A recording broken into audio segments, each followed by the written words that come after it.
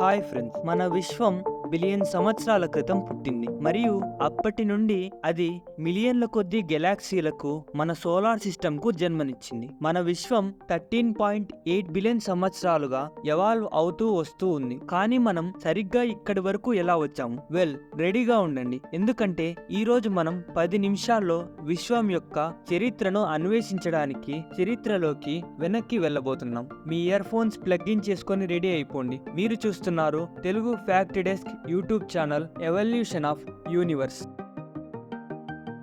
ప్రారంభంలో అసలు ఏమీ లేదు. అప్పుడు అకస్మాత్తుగా బిగ్ బ్యాంగ్ సంభవించి మన విశ్వాన్ని సృష్టించింది. బహుశా ఈ విశ్వ సంఘటన ఎలా ప్రారంభమైందో అనేది కాస్త కాంప్లికేటెడ్ గా ఉండవచ్చు. ఇది చాలా వరకు ఒక రహస్యంగా మిగిలిపోయింది. కానీ అది ప్రారంభించిన తర్వాత ఆగలేదు. మిల్లీ సెకండ్ల వ్యవధిలో క్వార్కులు మరియు ఫోటాన్లు వంటి కణాలు ఏర్పడ్డాయి. అవి ఈరోజు మనం చూస్తున్న ప్రపంచాన్ని రూపొందించే కొన్ని బిల్డింగ్ బ్లాకుల్లా మాత్రమే కాకుండా కొన్ని నిమిషాల తర్వాత మరిన్ని ఎలిమెంట్స్ గా పుట్టాయి. ప్రోటాన్స్ మరియు న్యూట్రాన్స్ కలిసి హీలియం మరియు డ్యూటేరియం వంటి ఎలిమెంట్స్ ను సృష్టించాయి. మరియు తర్వాతి 400 మిలియన్ సంవత్సరాల వరకు విశ్వం వేగంగా విస్తరిస్తూనే ఉంది. వందల మిలియన్ల గందరగోళం మరియు వేగవంతమైన సంవత్సరాల తర్వాత విశ్వ విస్తరణ కాస్త నెమ్మదించింది. ఇప్పుడు ఇది మన విశ్వం యొక్క మొదటి నిర్మాణాల ఏర్పాటును ప్రారంభించే పనిలో పడింది. ఈ నిర్మాణాలను మన నక్షత్రాలు, గ్యాలక్సీలు మరియు భూమి వంటి గ్రహాలను తయారు చేసే పదార్థాలుగా భావించండి. తర్వాత హీలియం మరియు హైడ్రోజన్తో కూడిన ఆదిమ వాయువు మేఘాలు ఏర్పడటం మనం చూస్తాం. ఈ వాయువు మేఘాలు మిలియన్ల కొద్ది సంవత్సరాలుగా గురుత్వాకర్షణ శక్తి ద్వారా లాగబడ్డాయి. అనేక సంవత్సరాలుగా కలిసి వచ్చిన తర్వాత లక్షలాది సంవత్సరాలలో అవి నెమ్మదిగా దట్టంగా మరియు ఇంకా దట్టంగా మారాయి. ఇప్పుడు మనం థ్రిల్లింగ్ కోసం కాస్త స్పీడ్ పెంచుదాం. అయితే మన వాయువు మేఘాలు దగ్గరగా మరియు దట్టంగా ఉన్నందున అవి వేడెక్కుతున్నాయి. ఎప్పుడైతే ఈ మేఘాల సెంటర్ 10 మిలియన్ డిగ్రీ కెల్విన్ కు చేరుకుంటుందో అప్పుడు అకస్మాత్తుగా మండుతుంది. దీన్నే న్యూక్లియర్ ఫ్యూజన్ అని పిలుస్తాం. హైడ్రోజన్ అణువులన్నీ కలిసి హీలియం ను ఏర్పరుస్తాయి. ఇది అద్భుతమైన శక్తిని విడుదల చేస్తుంది. అకస్మాత్తుగా అప్పుడే మన విశ్వంలో మొదటి నక్షత్రం పుట్టింది. కానీ ఇది ఒక్కటే కాదు. ఈ కాస్మిక్ మేఘాలలో ఇప్పుడు కోట్లాది నక్షత్రాలు సృష్టించబడుతున్నాయి. మరియు ఇవి కేవలం ఏదో మామూలు మెరిసే కాంతి బంతులు మాత్రమే కాదు. అవి మన విశ్వాన్ని రూపొందించడంలో చాలా పెద్ద పాత్ర పోషిస్తున్నాయి. ఈ నక్షత్రాలన్నీ ఒకేలా ఉండవు. అవి పుట్టినప్పుడు వివిధ ఆకారాలు మరియు పరిమాణాలలో కొన్ని భారీ బ్లూ జెయింట్స్ గా ఉంటాయి. మరికొన్ని చిన్న ఎరుపు మరుగుజ్జుల్లాగా ఉంటాయి. మరియు వాటి పరిమాణమే కాదు, వివిధ నక్షత్రాల యొక్క కాల వ్యవధులు కూడా వేరుగా ఉంటాయి. కొన్ని 10 లక్షల సంవత్సరాల పాటు జీవిస్తాయి, మరికొన్ని ట్రిలియన్ సంవత్సరాల పాటు జీవిస్తాయి.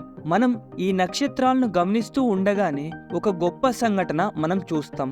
ఆ నక్షత్రాలు అంతరిక్షంలో నాలాగా ఏ పని లేకుండా చల్లగా ఉండటానికి అస్సలు ఇష్టపడవు. అవి గ్రూప్స్ గా ఫామ్ చేయడానికి ఇష్టపడతాయి. కాబట్టి ఈ నక్షత్రాలు గ్యాస్, డార్క్ మ్యాటర్ మరియు ధూళి వంటి ఇతర కణాలతో కలిసి గురుత్వాకర్షణ శక్తి ద్వారా గెలాక్సీలను సృష్టించాయి. అఫ్ కోర్స్ పాలపుంత మరియు ఆండ్రోమెడా వంటి గెలాక్సీలు ఈ విధంగానే ఏర్పడ్డాయి.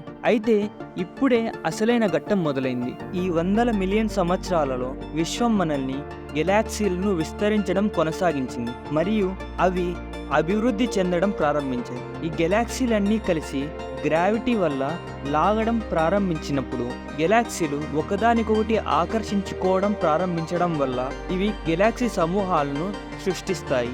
ఇవి మనకు తెలిసిన అతిపెద్ద గురుత్వాకర్షణ నిర్మాణాలు. అదే సమయంలో మనం కూడా విశ్వం ప్రారంభంలో ఏర్పడిన కొన్ని నక్షత్రాలు చనిపోవడం చూస్తాం. అవి సూపర్ నోవా లాగా పేలుతున్నాయి. కానీ అవి చనిపోతున్నాయని బాధపడకండి. సూపర్ నోవాలు విశ్వానికి అవసరమైన అంశాలను అందించడానికి అవసరమైన త్యాగం చేశాయి. ఈ త్యాగం వల్లే ఇవి గ్రహాలను సృష్టించగలవు. మరియు అవసరమైన అంశాల గురించి చెప్పేటప్పుడు నేను డార్క్ మ్యాటర్ గురించి ఖచ్చితంగా మాట్లాడుకోవాలి.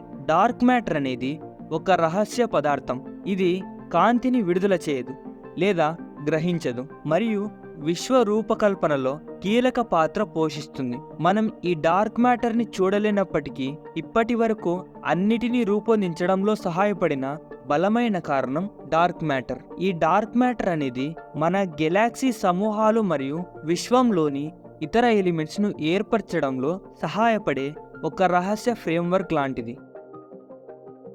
సరే, ఇప్పుడు మనకు కొంచెం తెలిసిన విషయాలు మొదలవుతాయి. చిన్న గెలాక్సీలన్నీ ఒక చోట చేరిన తర్వాత పాలపుంత గెలాక్సీని ఏర్పరచడం ప్రారంభిస్తాయి. మరియు మన చెల్లిలాంటి గెలాక్సీ అయిన ఆండ్రోమెడా గెలాక్సీ కూడా ఈ సమయంలో సృష్టించబడింది. ఇతర ఇలాంటి గెలాక్సీలలో సోలార్ సిస్టంలు ఏర్పడటం మొదలయ్యాయి. ఇవి తమ సొంత గురుత్వాకర్షణ బంధంతో కూలిపోయిన అపారమైన వాయువు మరియు ధూళితో ప్రారంభ గ్రహాలు సోలార్ సిస్టమ్ను సృష్టించడం ప్రారంభించాయి.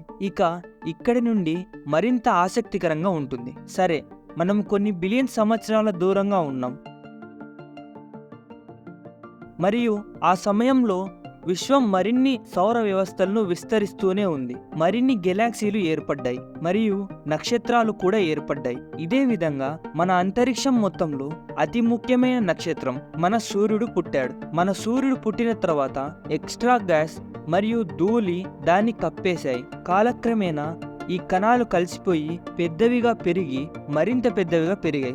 ఈ ప్రక్రియను ప్లానెటిసిమల్స్ అని పిలుస్తారు. ఇదే మన సౌర వ్యవస్థలో ఈరోజు మనకు తెలిసిన గ్రహాల యొక్క ప్రారంభం. కాలక్రమేణా ఈ ప్లానెటిసిమల్స్ ఘర్షణలు మరియు గురుత్వాకర్షణ ఆకర్షణల వల్ల పెద్దవిగా పెరిగిపోయాయి. ఇప్పుడే ఉద్భవిస్తున్న ఈ ప్రోటో ప్లానెట్లలో భూమి కూడా ఒకటి. దాని పెరుగుదల ఒక కీలకమైన సంఘటన ద్వారా గుర్తించబడుతుంది. థియా అని పిలువబడే మార్స్ పరిమాణంలో ఉన్న బాడీ మన ప్లానెటిసిమల్లోకి క్రాష్ అవుతుంది. ఇది ఇప్పుడు మనం ఉంటున్న భూమి మరియు మన చంద్రుడు అని పిలుస్తున్న ఖగోళ వస్తువులను సృష్టిస్తుంది. ఈరోజు మనకు తెలిసిన మెర్క్యూరీ, వీనస్ మరియు మార్స్ గ్రహాలు అలానే ఏర్పడ్డాయి. శిథిలంగా ఉండే సూర్యుని నుండి మరింత దూరంలో ఉన్న జూపిటర్ మరియు సాటర్న్ వంటి అతిపెద్ద గ్యాస్ ప్లానెట్లు కూడా ఏర్పడతాయి. అయితే మన రాతి గ్రహాలను తిరిగి పరిశీలిస్తే అవి ప్రస్తుత రోజు కంటే చాలా భిన్నంగా ఉండేవి. నాకు తెలిసినంత వరకు ఇప్పటికంటే చాలా సున్నితంగా ఉండేవి.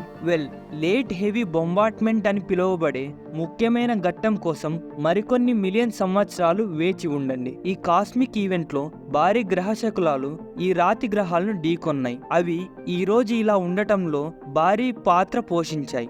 బిలియన్లు మరియు బిలియన్ల సంవత్సరాల తర్వాత చివరకు మనం మన విశ్వంలో జీవం కనిపించడం చూస్తాం. కానీ అలా అని చాలా సంతోషించకండి. ఇవి ప్రోకారియోట్స్ గా పిలువబడే సాధారణ ఏకకణ జీవులు. అవి జీవితానికి అవసరమైన అనేక లక్షణాలను కలిగి లేవు, కానీ ఇప్పటికే మన ఎవల్యూషన్ లో ముఖ్యమైన భాగం. మరియు ఇలాంటివి ట్రిలియన్ల కొద్దీ ఇప్పుడు మీ శరీరంపై కలిగి ఉంటాయి.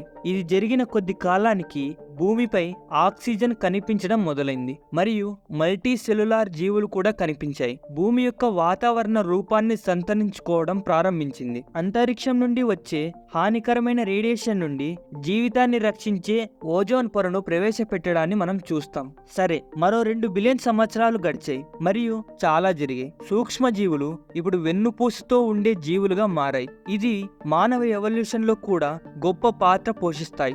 మొక్కలు అభివృద్ధి చెందుతున్నాయి, ఖండాలు కదులుతున్నాయి. ఇప్పుడు పాంజియాలో ఇది సరీసృపాల యుగం, కానీ దీనిలో కొన్ని లోపాలు కూడా ఉన్నాయి. అయితే ఒక గొప్ప సామూహిక వినాశకరమైన సంఘటన సంభవించింది. ఇది చాలా ఓపికగా అభివృద్ధి చెందుతున్న జాతులలో ఎక్కువ భాగాన్ని తుడిచిపెట్టేసింది. ఇది డైనోసార్లు మరియు క్షీరదాలు ఉద్భవించడానికి ఒక వేదికను సిద్ధపరిచింది. మరియు ఈ యుగం ముగిసే సమయానికి పాంజియా మన ఆధునిక ఖండాలకు పునాది వేస్తూ చిన్నాభిన్నం కావడం ప్రారంభిస్తుంది. మరియు వందల మిలియన్ సంవత్సరాల తర్వాత ఇప్పుడు మనం ఇక్కడున్నాం. మానవులు వచ్చి ఆధునిక నాగరికత పుట్టి అభివృద్ధి చెందారు మరియు ఇప్పుడు మనం మళ్ళీ ముందుకు సాగడానికి చూస్తున్నాం. అయినా తర్వాత ఏం జరుగుతుందో ఎవరికి తెలుసు? అంతరిక్ష ప్రయాణాలు, వాతావరణ మార్పులు, ఫ్యూచర్ టెక్నాలజీలు ఎటు తీసుకెళ్తాయో ఎవరికి తెలుసు? నాకు తెలిసి ఇది తెలుసుకోవడానికి మనం భవిష్యత్తులో కొన్ని బిలియన్ సంవత్సరాలు ప్రయాణించవలసి వస్తుంది.